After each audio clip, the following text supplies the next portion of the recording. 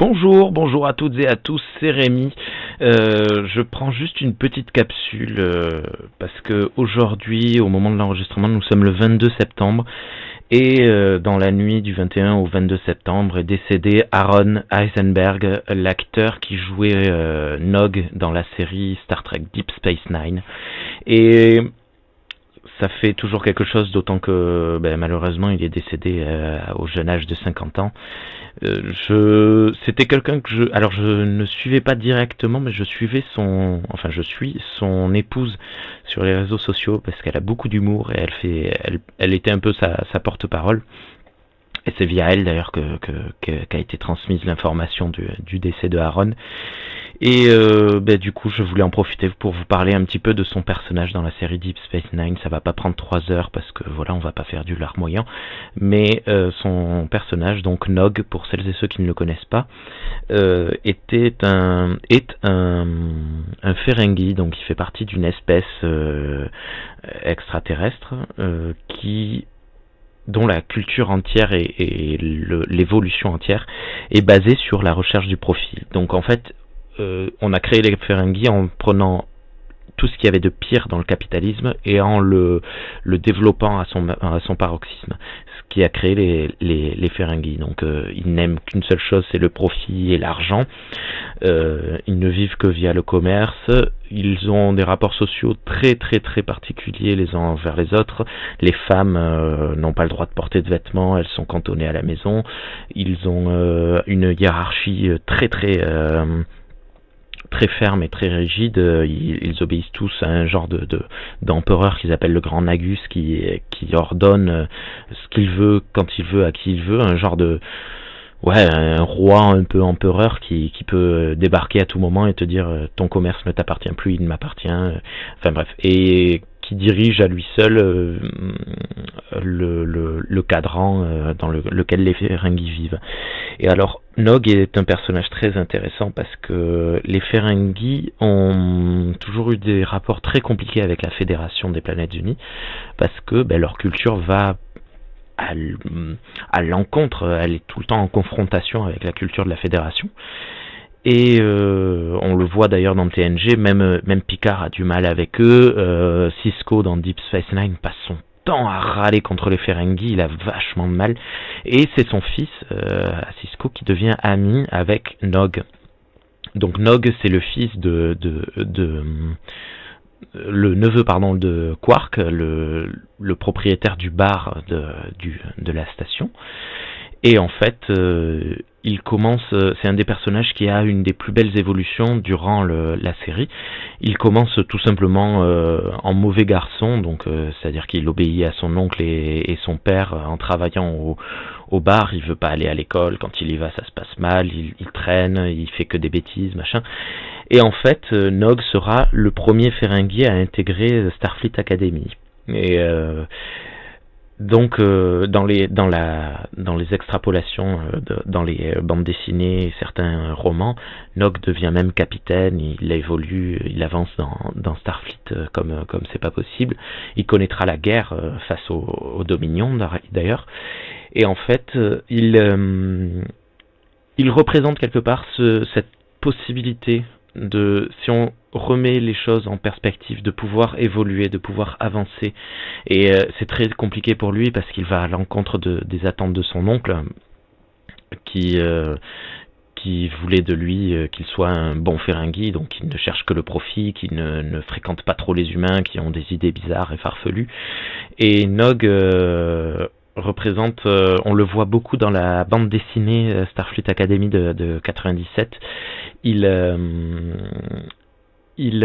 apprend de ses erreurs, il apprend à évoluer, il présente beaucoup d'intérêt pour l'autre, pour autre chose que représente ailleurs ce que représente la fédération, mais sans pour autant renier ses origines culturelles. C'est-à-dire que très souvent avec j'ai perdu son nom, le fils de Sisko, il discute et il dit mais c'est bizarre parce que chez nous sur Ferengi ça se passerait pas comme ça, on laisserait pas une femme nous parler comme ça, on n'irait pas là s'il n'y a pas du profit à se faire, ce genre de choses.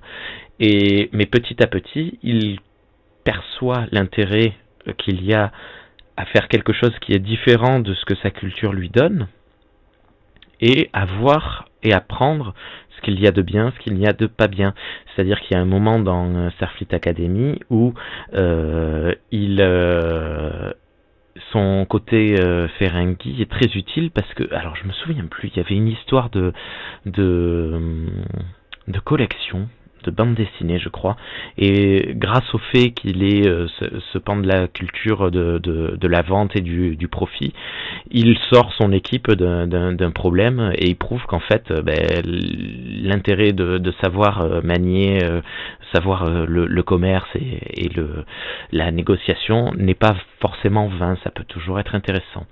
Voilà. Et enfin, Nog est un personnage que j'aime beaucoup dans Deep Space Nine, et je trouvais Aaron Eisenberg, qui avait, je sais pas, une douzaine d'années, peut-être 15 ans, grand max, durant les tournages, qui était très chouette, parce que c'était vraiment ces enfants qui savent jouer, qui chouinaient pas face à l'écran, qui faisaient pas que des grands sourires. Bon, ça correspondait pas au personnage, mais il avait un jeu très physique où il se gambadait en se dodlidant dans tous les sens, et voilà, c'était cool. Et après, j'ai vu quelques-unes de ses interventions sur différents panels durant les Comic-Con, les Star Trek Show, tout ce genre de choses, et Heisenberg était quelqu'un de chouette. Voilà, donc Aaron, reste en paix là où tu es, et je vous souhaite à toutes et à tous une très bonne journée. À bientôt, au revoir. Here. This belongs to you. Commander, can't we talk about this? There's nothing to talk about. We both know you'd never make it through the academy.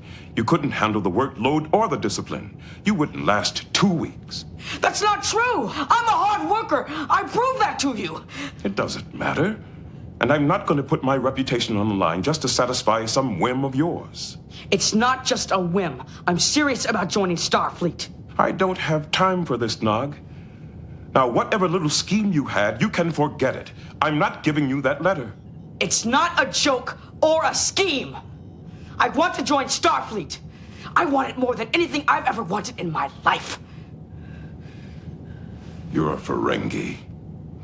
Why would you want to be in Starfleet? Where's the profit in it? I don't care about profit. Then what do you care about? Come on, Nog, tell me.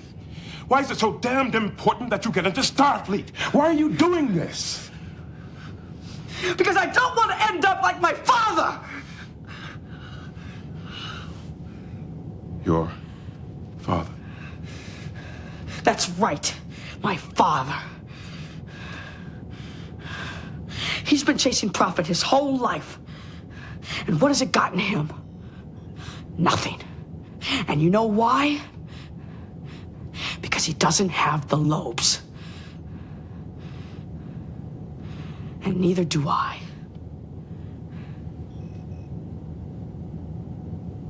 And a Ferengi without profit is no Ferengi at all. The 18th rule of acquisition. My father is a mechanical genius. He could have been chief engineer of a starship if he'd had the opportunity. But he went into business like a good Ferengi. The only thing is, he's not a good Ferengi. Not when it comes to acquiring profit. So now, all he has to live for is the slim chance that someday, somehow, he might be able to take over my uncle's bar. Well, I'm not going to make the same mistake. I want to do something with my life.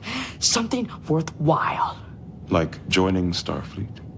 I may not have an instinct for business, but I have my father's hands and my uncle's tenacity.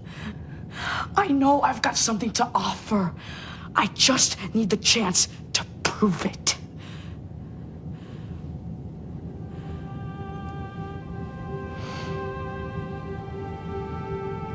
All right. I'll see that you get that chance. You're gonna recommend me to Starfleet Academy? I'll send the letter the first thing tomorrow morning. Commander! Commander, I don't know how to thank you. Whoa. Don't thank me yet. You still have a lot of work ahead of you.